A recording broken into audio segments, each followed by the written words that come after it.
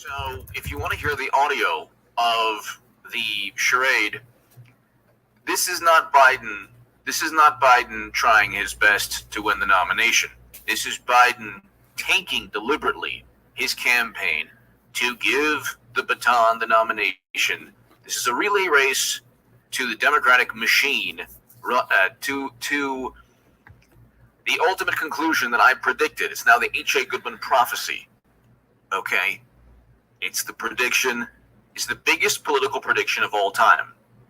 And I wrote about it in the Huffington Post. Clinton 2020 is a reality. Get ready for 8 years of Trump. Thank God, President Trump's a great president. Peace between North and South Korea, the beginning of détente, a roadmap towards peace, where President Moon Jae-in a couple months back stated that he could envision of South Korea President Moon Jae-in, that he could envision a joint Olympic team between North Korean and South Korean athletes. That's pretty amazing. That's a bigger achievement than anything that took place in President Obama's administration. We're talking a failed NATO intervention that actually obliterated a country, and definitely anything that took place in Bush's administration, the worst president of all time, which was George W. Bush. But just listen to this, okay? They can go on forever. Trump's a great president. He's ending America's longest-running military conflict. Longest-running military conflict, counterinsurgency quagmire. Signed a peace deal just recently. Nobody's talking about it, but this is not happening the way people think it is. It is the biggest charade of all time. You're going to hear right now the audio. You're going to hear the audio. Here it is. This is CNN. This is Biden talking about the current crisis. You tell me if this is you tell me if Clinton's not going to be nominee listening to this, because the only person they're going to pass, the only person possible aside from Biden is Clinton. Hillary Clinton was always going to be nominee. This was always a charade, and Biden being the biggest actor of the whole thing. But here, kinds of things that this is Biden on CNN. Okay, this is Biden on CNN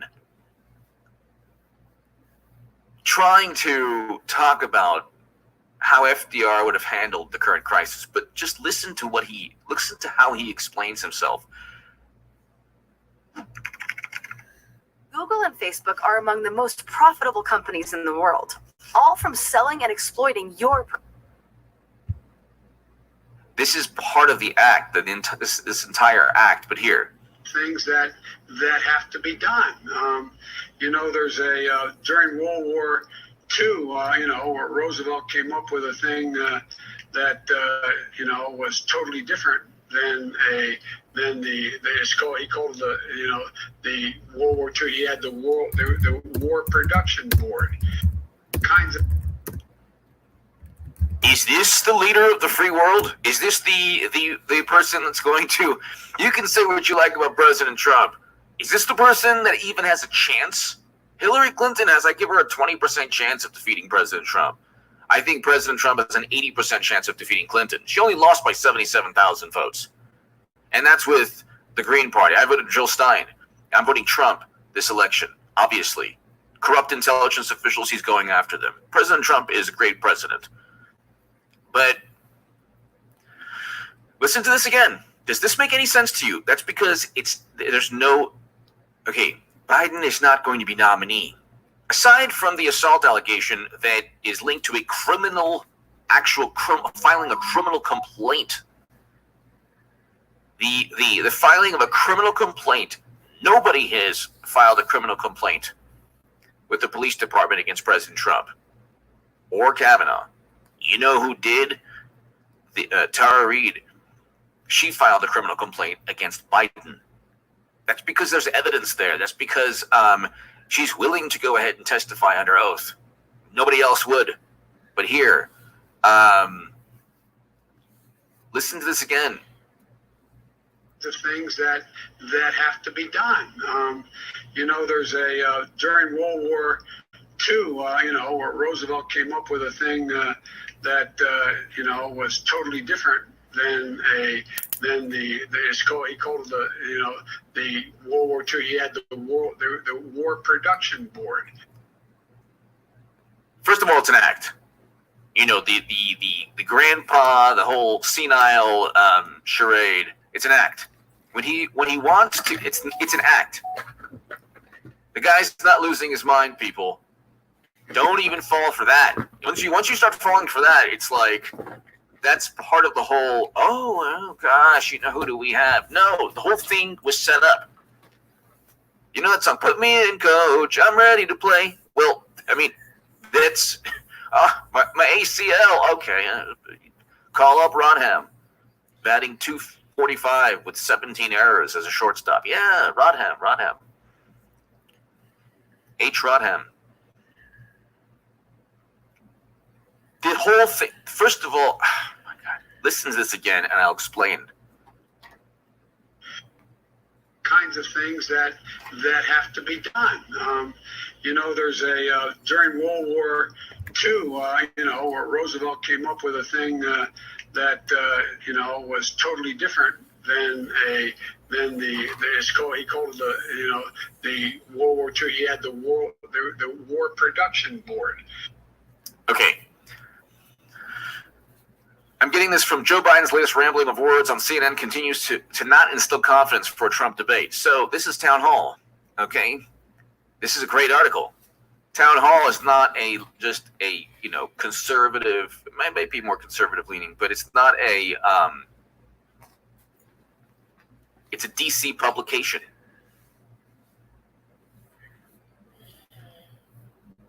Maybe have Trump Jr. Trump Jr. tweeting this out. It already has that segment. When it came to my weight, I was told to eat less and just move more. But the weight always came back. That's has like 1 million views. People, 1 million people have seen. Debate's gonna be okay. So he's taught 3 hours ago. 1 million people have seen this. And the debate, they're talking about a debate between Joe Biden and everyone's saying, well, how is he going to debate Trump? Well, he's obviously, first of all, if he needed to debate President Trump, he could actually be lucid enough and articulate enough to comprehend, like he was against Bernie Sanders. He's acting. Biden is acting just like everyone else was acting. He's not one fry short of a Happy Meal. At his best, it's like, he might not be all there, but he's not one fry short of a Happy Meal. He's acting. This is an act where he's taking a long time and fidgeting. It has nothing to do with any speech impediment or anything. It's nonsense. Clinton was always going to be nominee. That's it. It's a political machine. The issue is not with me when people say, oh, you're obsessed. No, that's actually people who don't see things the way I see them are obsessed with the notion that Clinton isn't megalomaniacal enough. Okay? To think that Clinton would never be nominee would also be to think that she's not, and Bill is not, narcissistic, megalomaniacal, and egotistical enough to do this all over again. But they are, and they will, and she could possibly win, and they know this. That's why their whole thing's unity. Once they galvanize and consolidate political support, and then transferring the baton, the candidacy, the campaign to Clinton is going to be easy. They've already done it. Clinton can decide from here until the convention when she wants to enter.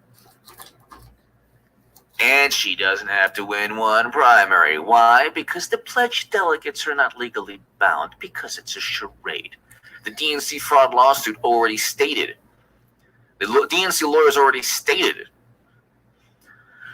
that They could pick their nominees from smoke-filled back rooms. But here, listen to it again. No, I'm sorry. What? He also stated that he wanted the cure to be worse than the problem. He also stated that he wanted to become senator. He also talked about cornflakes and grape nuts and lotion on his legs. What more do you want? What do you want from him? What do you want from him?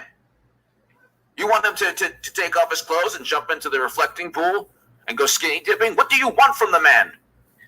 To just run down the street naked on Pennsylvania Avenue? Just run. What do you want from him? He's telling you, he's acting to tell you he doesn't want to be nominee.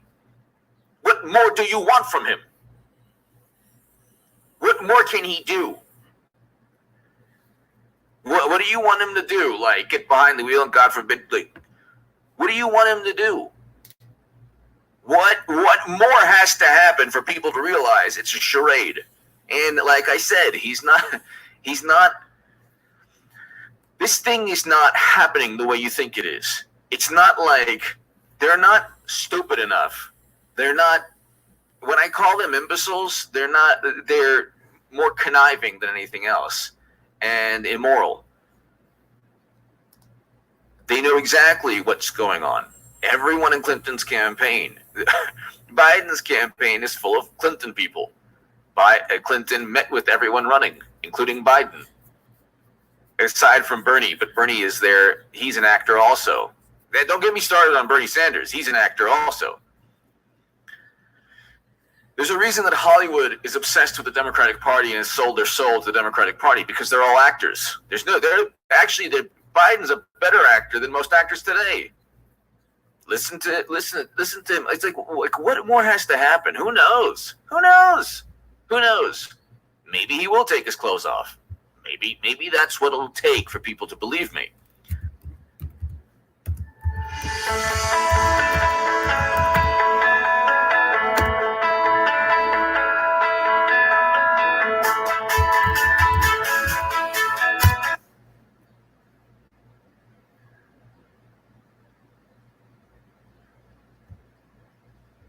The information presented in this video is not intended to diagnose, treat, cure, or prevent any disease and has not been evaluated by the FDA. Please consult your physician before starting any medical regimen.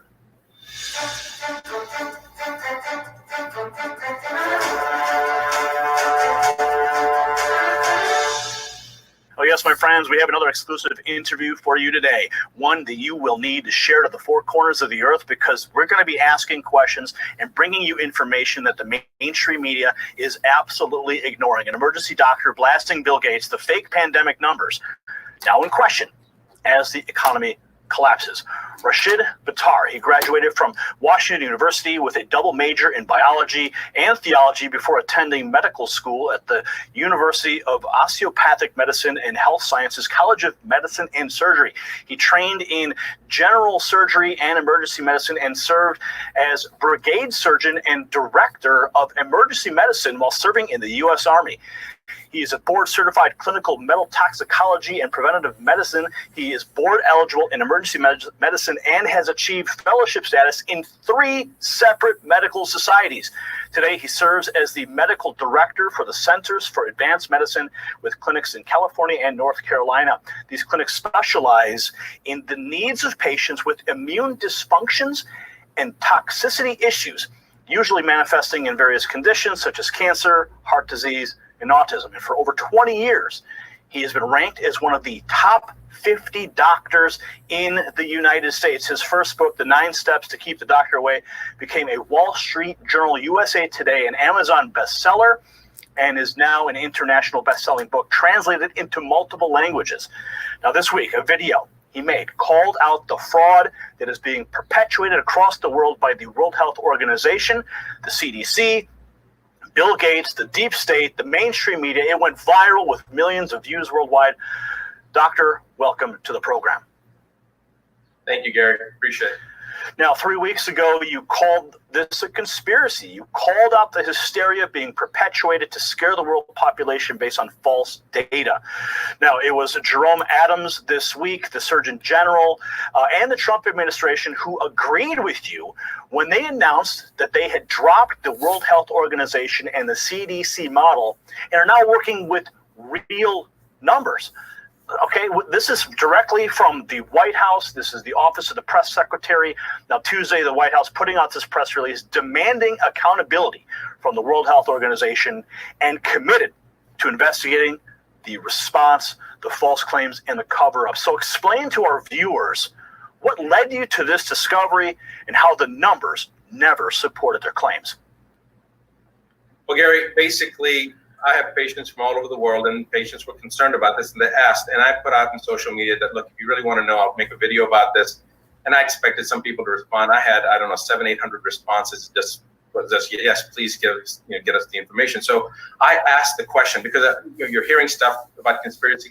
So those videos that we put out were actually asking the question, COVID-19 conspiracy ? And as I started looking at it, to me, it just didn't make any sense anyway. We deal with the hardest to deal with medical conditions anyway. So it wasn't a big deal. I just remember that when I heard about the coronavirus aspect, there was one particular component that we used intravenously a lot in our clinic, and I just made sure that we had 10 times the normal amount, and that was it. It wasn't a big deal. It didn't bother me. However, as I started looking at this information, as I started seeing that this is actually a chimeric version, something that was developed here in the United States in 2015, was published in Nature magazine, that it was developed in the University of North Carolina, Chapel Hill, where all the initial studies were done. The chimeric research, despite having a moratorium by the US government to prevent any chimeric research, by the way, just so your audience understands, chimeric research basically means that they're taking a naturally occurring substance or virus, in this case, and then mutating it, genetically modifying it, changing the configuration morphologically to gain function. It's called a gain of function study or gain of function research. And that basically means that they're making something that already may have some potential to cause harm, making it more harmful, making it more virulent, making it more resistant. And basically that's what I found, that they took the SHC014 strain of the coronavirus, the surface antigen component, and brought in the backbone from the SARS coronavirus, put them together, and then inserted HIV and MERS orthologs on top of it to make a more virulent, more detrimental virus. Now, the thing is that if I could jump in for just a moment here, because what I think you're talking about is the moratorium that was placed, and then $3.7 million from the National Institute of Health was transferred to China so they could continue this research, even though the moratorium. So they basically outsourced this research to China. Is this the same topic we're talking about here? This news is just breaking? Yes, this is exactly right. So it goes back to 2014. The U.S. government decided, based upon certain virologists at that time, saying that, look, there's no justification for this kind of research. There's a